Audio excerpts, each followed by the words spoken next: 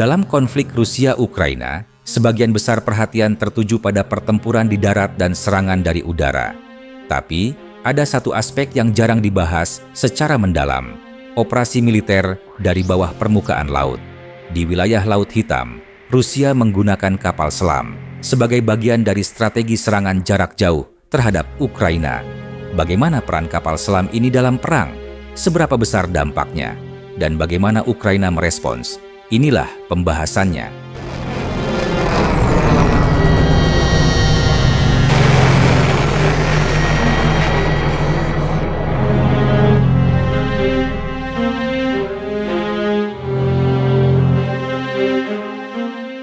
Kapal selam digunakan Rusia sebagai peluncur rudal jarak jauh, terutama rudal jelajah kaliber. Rudal kaliber dapat ditembakkan dari bawah laut dan menyerang target di darat dengan presisi tinggi. Senjata ini dirancang untuk menyerang sasaran militer seperti fasilitas logistik, pusat komando, dan infrastruktur energi. Penggunaan kapal selam memungkinkan Rusia melancarkan serangan dari lokasi tersembunyi, tidak seperti peluncur darat atau pesawat tempur yang dapat terdeteksi radar. Kapal selam beroperasi di kedalaman dan sulit dilacak. Ini memberi keuntungan strategis, terutama dalam kondisi di mana wilayah udara dan daratan di sekitar Laut Hitam semakin dipantau ketat oleh sistem pertahanan Ukraina.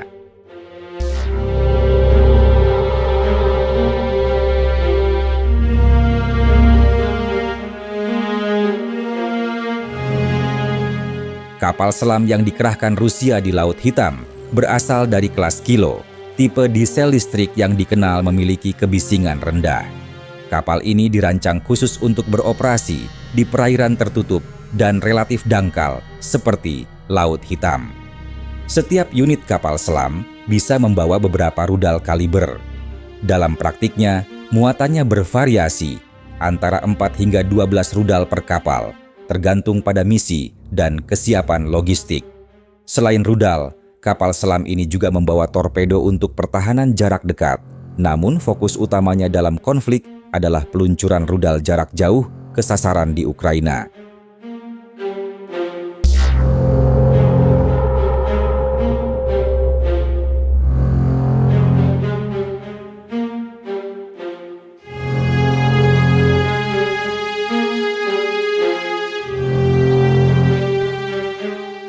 Secara umum, Rusia memiliki 4 kapal selam aktif di wilayah Laut Hitam dan Laut Azov.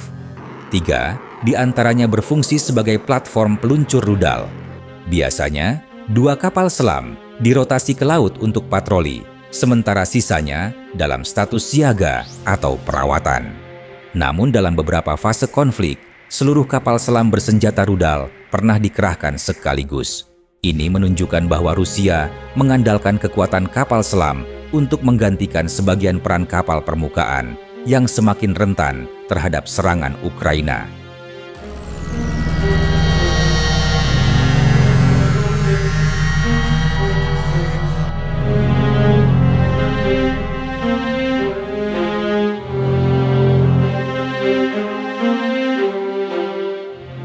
Kapal selam telah digunakan untuk meluncurkan rudal kaliber ke berbagai sasaran strategis di wilayah Ukraina.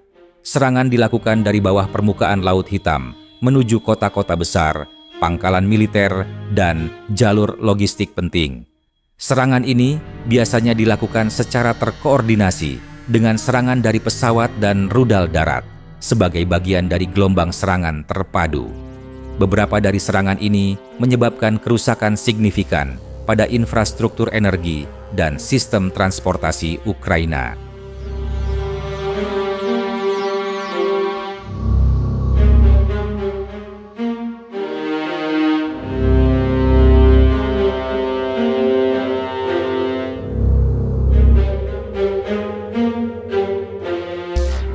Ukraina tidak hanya bertahan, tetapi juga menyesuaikan strategi untuk merespons keberadaan kapal selam Rusia. Beberapa pendekatan yang digunakan Ukraina antara lain menyerang kapal selam saat berada di pelabuhan. Karena kapal selam rentan saat sedang bersandar untuk pengisian ulang dan perawatan, Ukraina menargetkan pelabuhan-pelabuhan militer dengan rudal jarak jauh, mengembangkan drone maritim. Ukraina membangun sistem drone laut dan drone bawah air otonom yang dapat menyusup ke pelabuhan dan menargetkan kapal secara langsung. Pengintaian dan intelijen. Ukraina secara aktif memantau pergerakan kapal selam Rusia dan mempublikasikan informasi untuk menekan moral dan persepsi dominasi Rusia di Laut Hitam.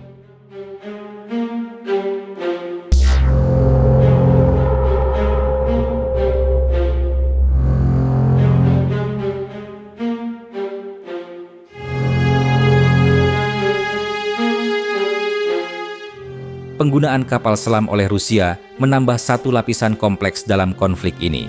Bukan hanya karena kemampuan serangan jarak jauhnya, tetapi juga karena efek psikologis dan operasional yang ditimbulkannya.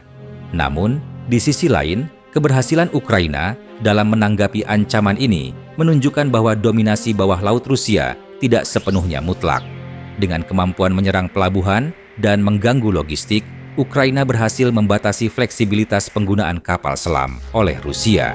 Sebagai akibatnya, sebagian armada laut Rusia harus dipindahkan ke pelabuhan yang lebih jauh dari zona konflik langsung, mengurangi efisiensi logistik dan waktu tempur.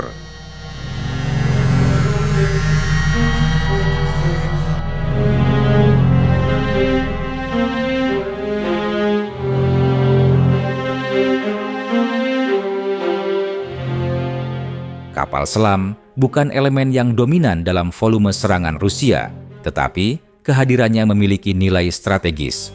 Rusia menggunakannya untuk melancarkan serangan dari jarak jauh secara tersembunyi saat kapal permukaan dan pesawat tempur menjadi semakin rentan.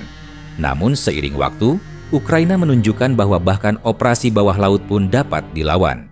Melalui kombinasi serangan rudal presisi, pengembangan drone maritim, dan intelijen yang aktif, Ukraina berhasil membuat Laut Hitam menjadi wilayah yang tidak sepenuhnya aman bagi kapal-kapal selam Rusia. Konflik ini memperlihatkan bagaimana perang modern tidak hanya berlangsung di daratan dan udara, tapi juga di bawah permukaan laut dengan segala risiko dan konsekuensinya.